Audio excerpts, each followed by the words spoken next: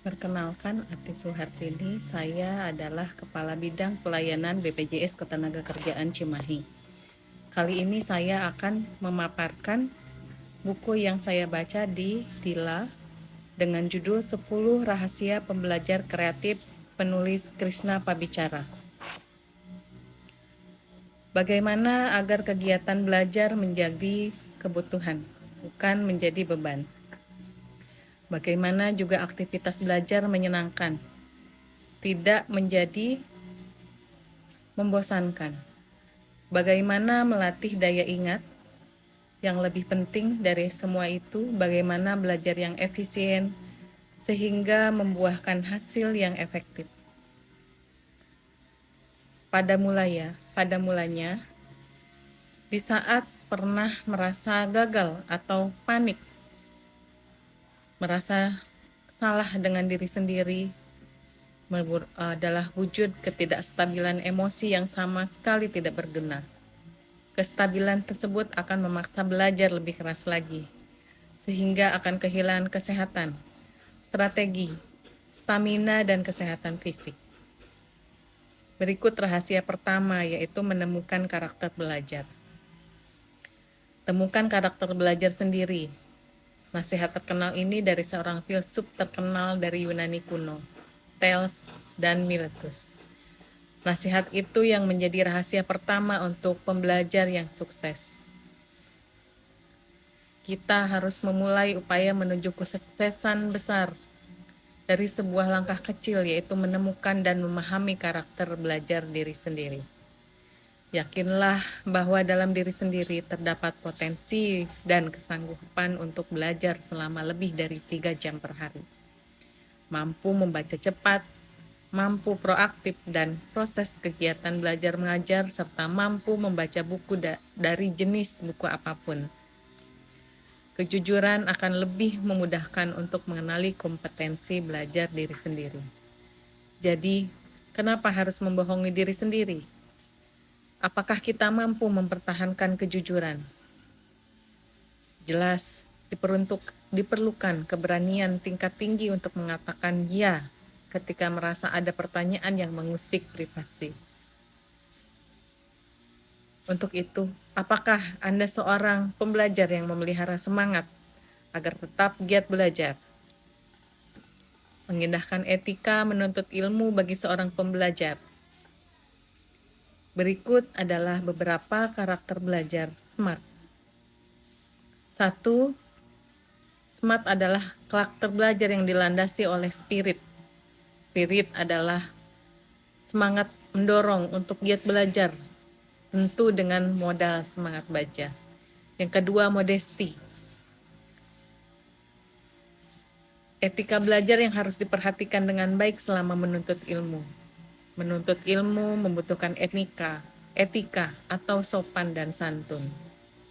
Yang ketiga, adventurous adalah keberanian mencoba hal-hal baru untuk meningkatkan kompetensi diri.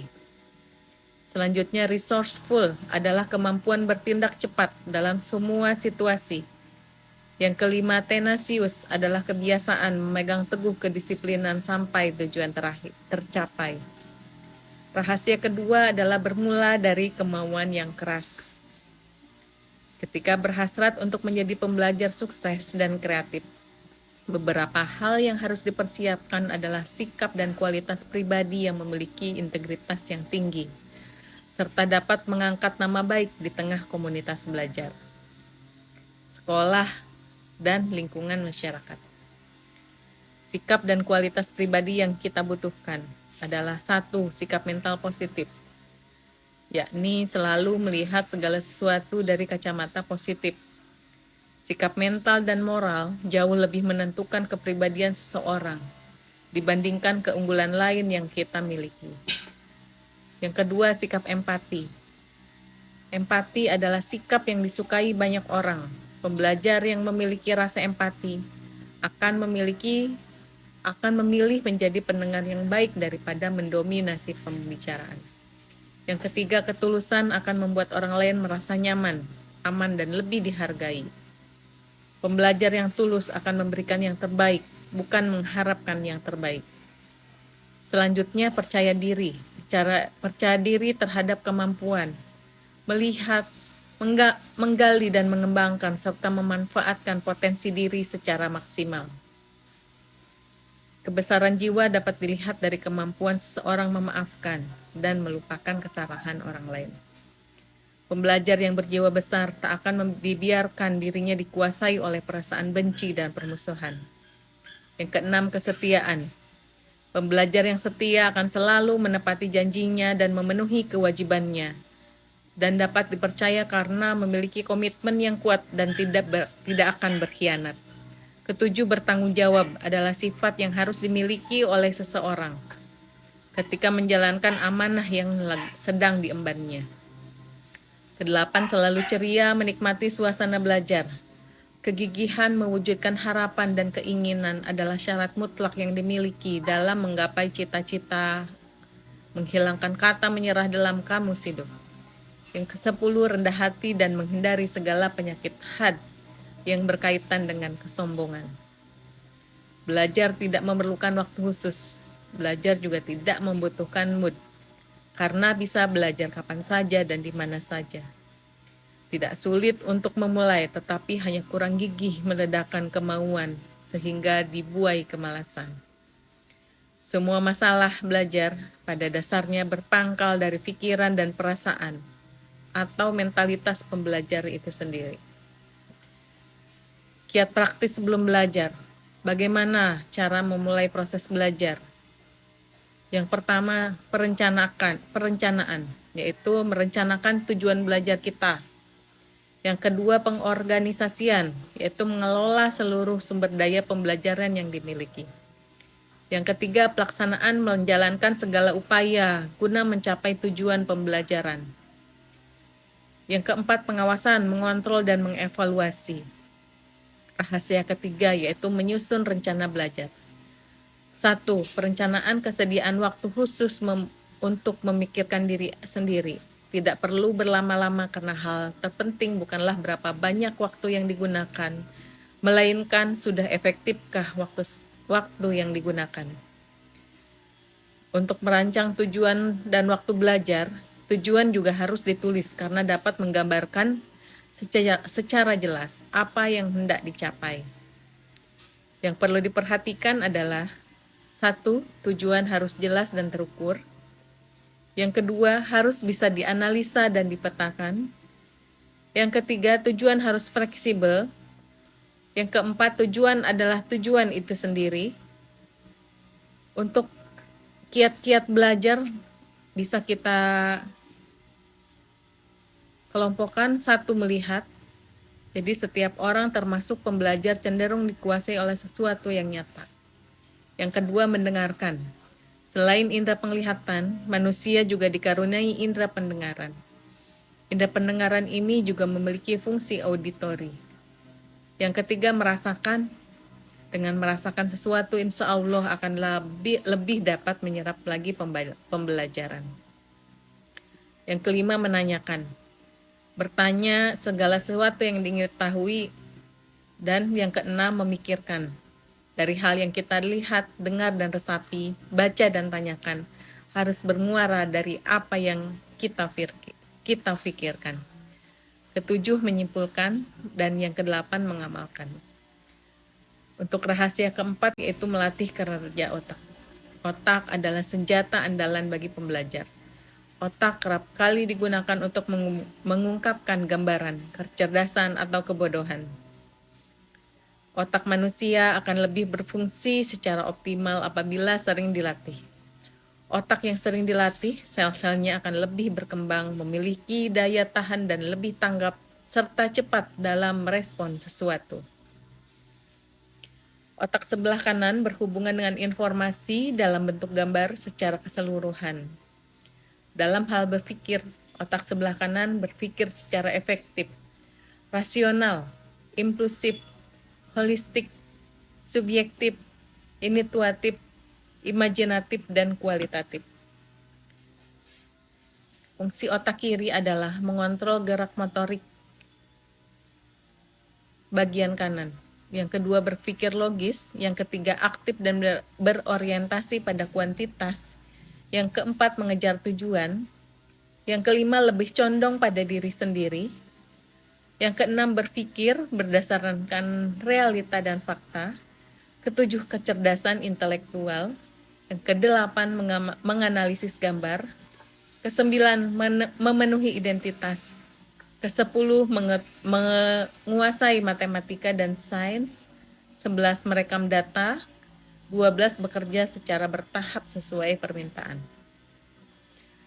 Para pembelajar yang bermasalah dengan daya ingat pada dasarnya karena mereka jarang melatih otaknya. Perbanyaklah melatih otak agar berkinerja tinggi. Ciri otak berkinerja tinggi yaitu dapat menyimpan ingatan lebih banyak, mempertajam daya ingat, menampilkan kembali ingatan yang tiba-tiba lupa pada saat yang dibutuhkan. Rahasia kelima yaitu menyimpulkan gagasan tertulis. Membaca dapat mengantarkan kita untuk mengetahui apapun. Membaca dapat memberikan manfaat bagi pengembangan berbagai jenis kecerdasan, seperti menambah kosakata, mengajak kita juga berintrospeksi dan melontarkan pertanyaan serius, serta membaca memicu imajinasi. Sebelum membaca, sebaiknya lakukan dulu evaluasi mental. Begitu pikiran akan bekerja sedemikian rupa untuk menanamkan apapun yang akan dibaca dalam ingatannya. Ada beberapa hal alasan mengapa kita harus membaca. Satu, agar kita mengetahui informasi apapun. Yang kedua, mendeteksi apakah buku yang dibaca memuat informasi yang dicari. Yang ketiga, merencanakan di mana mulai membaca. Yang keempat, memahami dengan baik gagasan tertulis. Membaca lebih banyak tidak berarti membaca lebih cepat. Tidaklah penting berapa kata per menit, tapi berapa banyak yang bisa diserap dari membaca. Rahasia keenam yaitu menyimpulkan gagasan lisan. Sekedar mendengar atau mendengarkan manusia sebagai pembelajar. Mendengar berbeda dengan mendengarkan. Semua orang bisa mendengar, kecuali orang tunarungu. Tetapi belum tentu mampu mendengarkan dengan baik semua yang ditangkap oleh indera pendengar. Nah, mengapa harus melatih daya simak? Jawabannya adalah ada pembelajar yang hanya bisa mendengar, memaknai apa yang dikatakan oleh guru. Ada juga yang hanya bisa menyimak gagasan yang disampaikan secara belak-belakan, gamblang atau terang-terangan. Rahasia ketujuh, bertanya dengan bijak.